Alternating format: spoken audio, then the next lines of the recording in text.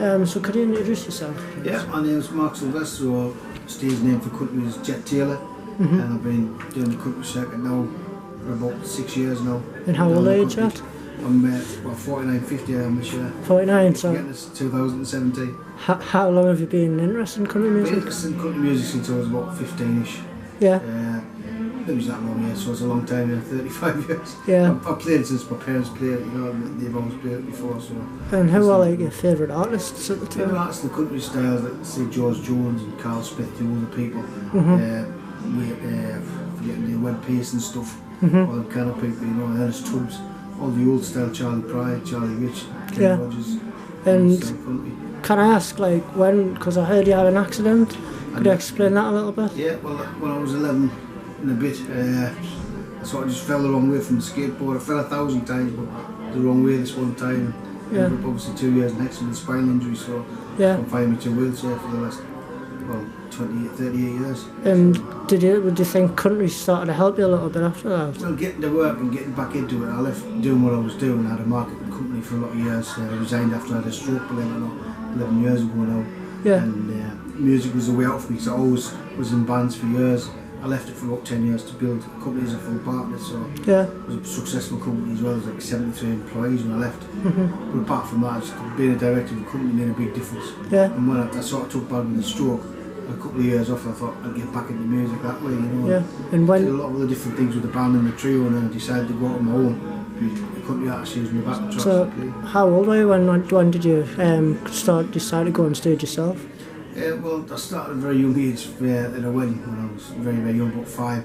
To go on the stage properly, I was only about 15, 16, playing with friends of mine, joining in with them, going to live music and just playing and singing. Yeah. And what was it like when you first went on stage? How did you feel? It was strange, but most of it was just basic nerves, what everybody else would get.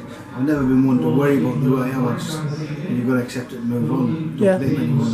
Yeah. It's like if you accept it, then you can move on with it. So I thought, well, I'm stuck with it. I might as well use it to the best of my advantage, so I've worked since I left school. I'm looking around tonight. Why do you think that there's so many people come to country music gigs? A lot of people come to country music gigs because they still like a lot of live music and they've got a little part in them. They might come to the ordinary night when it's a cabaret act on Friday, Saturday and Sunday. They'll come back out on Tuesday night because they like a bit of country, it's live music. Plus a lot of the people like to line dance along with country music to keep them fit as well. Yeah. Gives them a buzz, So you say it keeps them fit, like a lot of them are pensioners, some of them? Some of them. The funny thing is, the saddest thing is, but when it's called Gay Day 20 years ago on the North East Country Circuit, it was one of the best in Britain.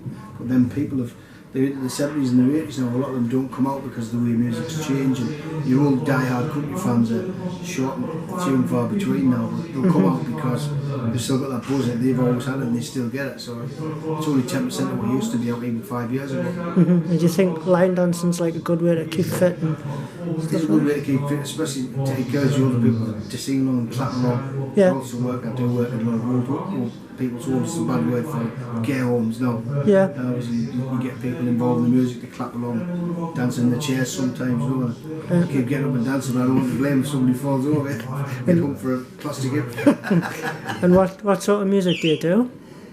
Well, I do obviously country on the country circuit, but I do rock and roll music, I do older music with the backing tracks from Matt Monroe to Frank Sinatra for younger people, rock and roll like the 60s and 50s, because people think you've got to go to older people and sing them war songs, but they're only 3-year-old and no. So I like the stuff from the 50s and the 60s because they were 20-year-old, 30-year-old, they really enjoy it. And that's the secret to it. Do you write your own songs? I actually spend a lot of time, a few days a week up in the studio, Paul Jackson studio from Roadhouse.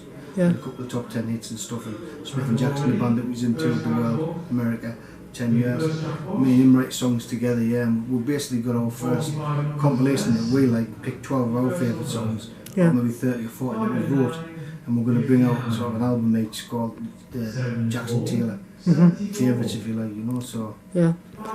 And you were saying earlier you've been in hospital a bit. Yeah, I've been in and out for a while now. But you're still carrying on with the music and getting up on stage? Yeah, still go for it, because if you stop doing what you love, you seize up. Yeah. I mean, even though it can be painful, but my dad will help us get the gear. It's nice light enough equipment for them to get in and out. It's fine, you know, gets it out and about. Yeah. It just keeps you ticking over. You know? Can you see like the country music scene getting any bigger in the next few years, or do you think it's had its time? It's had its heyday. If anything else, it'll die down as the older people stop coming out and be replaced by records. Eventually, like every club. I think it'll be the first to go in 10 years' time tops. The festivals are all swinging towards a different kind of music now. And how long do you think you've got left in country music? Well, I'll be honest with you, if everything comes off this year, I'll be retired from performing. Right. We've been offered quite a good little thing actually. We've been working with a guy in America, sponsored by Tone Amps. Right. And he's a multi-millionaire and he wants to put a lot of money into us. We've been writing a song for the Black Crow tribe, the Black Crow tribe of Dakota. But the pipeline is going through in a non-political way. And the chief of that wanted us to work with because he's been talking to this guy. He wrote a song called Water Is Life with Ian Machoni. That's what it is, Water Is Life. So we wrote a song for them and they're putting a chant to it and they're going to use it for all their promotion and stuff. So the main aim is to push it to as much people who can hear it as possible. But I can sit back and take checks that I will. It's an easy life for me because I've had enough, you know. Like I said, you travel down to Liverpool and you travel down to Leeds and it's not so bad being an hour and a bit away, but when you go to Wales to do a gig and come back, there's a lot of places you can't stay overnight. A lot of places don't have B&B or disabled facilities, so there's me and my dad as well. It costs you, 90, 100 quid for 2 rooms, or 1 double room. It's not worth working away, so we'll drive back home again. But it's getting long in the tooth. It's a long drive, you know. What are the crowds like where you go to places? Like, is there some bigger ones? The North East people are the hardest to please. You could do a gig tonight and maybe 20 people come up to see you, and 10 of them will be coming specifically because you're there. 10% of the crowd even might be because they like you and they'll come and see you again. You go down to Leeds and 80 people are there because they like you. York is the same. I do really well in Liverpool and Leeds, further down south.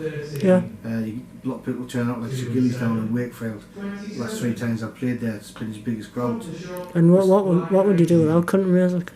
Without country, well, being a songwriter, I'm lucky in that respect. But without country, I like country because I like the feel you get from it. It's easier to actually sing. Yeah. For me, and the way I am, the problems I've got with my diaphragm and everything. So I've got a couple of operations this year, and I should be right. I'll decide midway through the year because I've got commitments for this year. About 30, maybe 40, 38 gigs booked for this year so far. It's only January, but I'll pick a lot more up, but I'll be like specific where I want to go. I'm not going to travel too far and finish with that, Excellent. But, country, I want to still make a statement. That's why I stick to country. All the songs I sing are country songs. Yeah. A lot of people are drifting off that country track and still calling it country, although it's not. Yeah. Nothing wrong with that. That's up to people, but for me, I like it.